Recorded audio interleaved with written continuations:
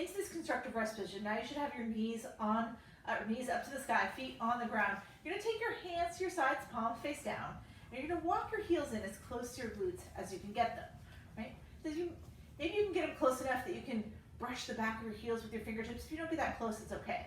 As we inhale, you're gonna push into the four corners of the feet and lift your hips up to the sky here. So now we're in this nice gentle bridge. Now your shoulders should be at least slightly tucked, right? So you want to feel those clavicle bones, those bony bones in the back of your shoulder blades pressing into the mat. So your chest is puffing open. If you want to here, you can work one entire shoulder, then the other underneath your back, clasping your hands underneath your back. That'll push your hips even higher, right? It's just an option, you don't have to. Right? What we're trying to do here is increase the flexibility of our back. So we do that by using the strength in our legs. Right? So you've got to engage the quads, engage the glutes.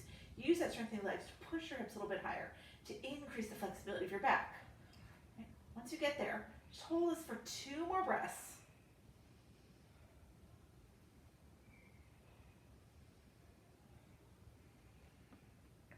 And then as you exhale, if you've got those hands clasped underneath your body, release them. Slowly let your hips float back down to the mat. Let your shoulders untuck so your shoulders are flat on the mat. From here, we're going to go first into our waterfall. So in your waterfall, you're just going to take your feet straight up to the sky.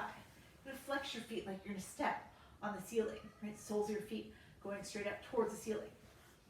Now, this is a great inversion in and of itself.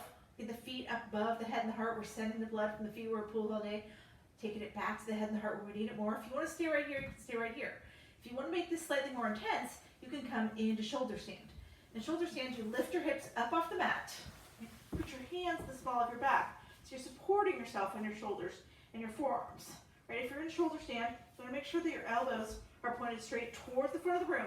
So you want to take your body weight into your shoulder girdle, not into your elbow joint. If you do come into shoulder stand, your feet become kind of half flexed, half pointed. Right? We're getting all the same great inversion benefits. Just makes it all, like I said, a little bit more intense.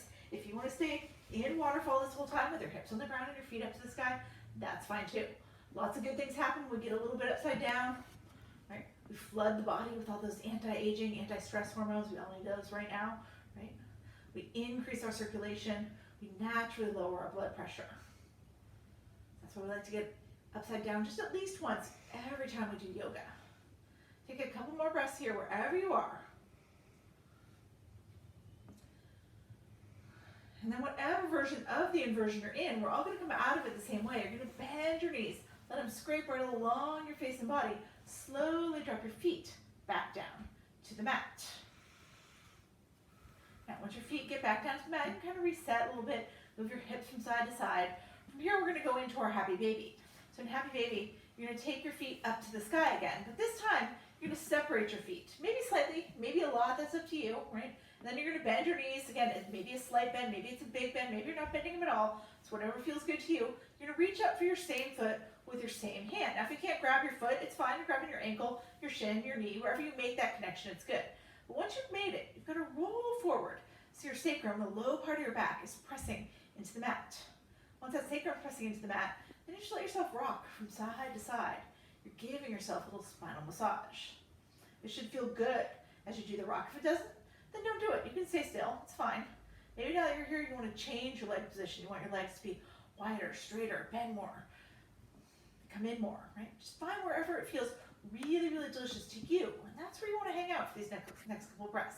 Happy baby should be the happy part of your practice. Make it happy. Take a couple more breaths wherever you are. And then from there, we're all going to take our knees, hug them back into our chest. Now this time, as we hug the knees into the chest, we're going to take our final supine twist here. So it's just like we did at the beginning of class. You're going to take your arms out long, like wings, in that T position, palms face down. And then as you exhale, drop both knees over to the right. Take your chin and your gaze to the left. Now if you want to here, you can take your right hand, press these knees closer to the earth, or maybe you want to extend your legs so that your toes reach toward your right fingertips, or maybe you just want to stay where you are. It's so good, we just need to keep that left shoulder anchored. That's what's giving us the twist.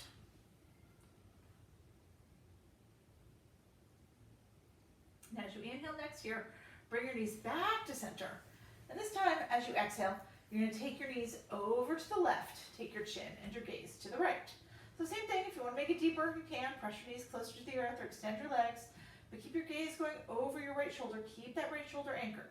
We always finish off with a twist. A twist seals off our practice, lets our bodies remember everything it did today. So next time we come practice yoga, everything's a little bit easier. We go everywhere a little bit deeper.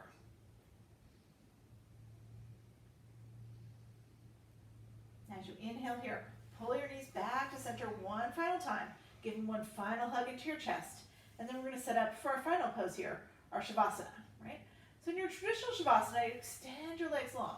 Your hands are at your sides, palms face up or face down, right? But if that's not comfortable to you, you're not going to stay there, or you have other options. Maybe you want to bend your knees and let your knees fall in against each other. That takes pressure off the low back, right? Maybe you want to butterfly your legs, let the soles of your feet come together and those knees fall out to the side like we did earlier.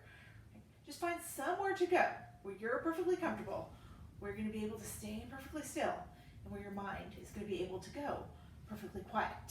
Right? So I'm going to come up here, two-seated. You guys are going to stay on your backs.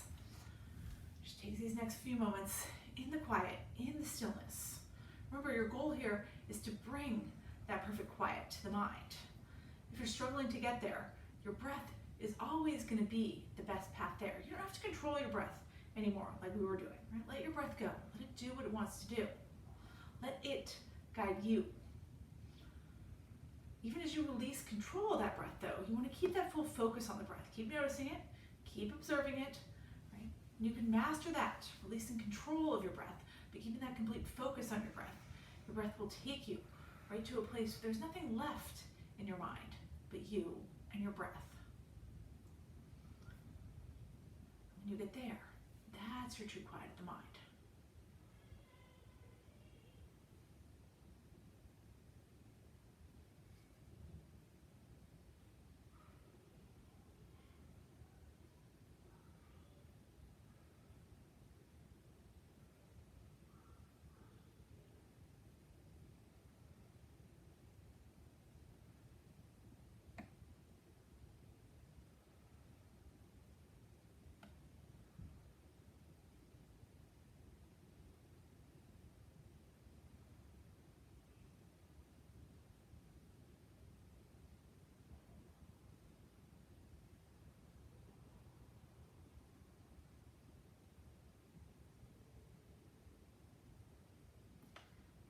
Slowly start to come back into the room. Wiggle your fingers, your toes. Feel that increased sensation that comes with a quiet mind. If you want to here, you can take your arms overhead. Do that nice full deep body stretch, reaching your fingertips towards the back of the room, pointing your toes towards me. And then from there, just roll over onto your right side into a fetal position.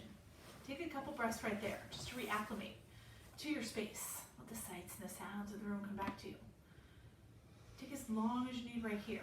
Then when you're ready, only when you're ready, you're going to push yourself up to seated, and we'll close here. Okay. So once we're up and seated, as you inhale, you're going to take your arms up to the sky one more time. As you exhale, pull them down to heart center. Thank you, all of you out there, for sharing your energy, your practice with me today. The light in me honors the light in each of you. Namaste.